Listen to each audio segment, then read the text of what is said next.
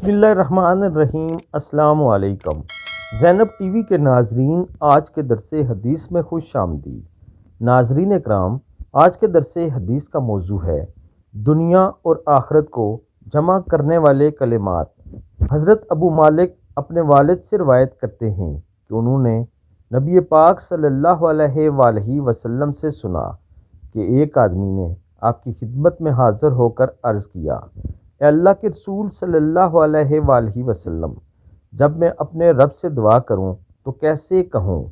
آپ صلی اللہ علیہ وآلہ وسلم نے اپنے انگوٹھوں کے علاوہ باقی انگلیاں جمع کر کے فرمایا، کہو ترجمہ، اے اللہ مجھے بخش دے، مجھ پر رحم فرما، مجھے عافیت دے اور مجھے رزق عطا فرما۔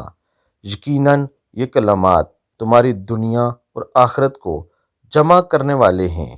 صحیح مسلم۔ ناظرین اکرام، یہ دعا آپ سب دوست یاد کر لیں اور اسے ہر روز کئی دفعہ دہرایا کریں۔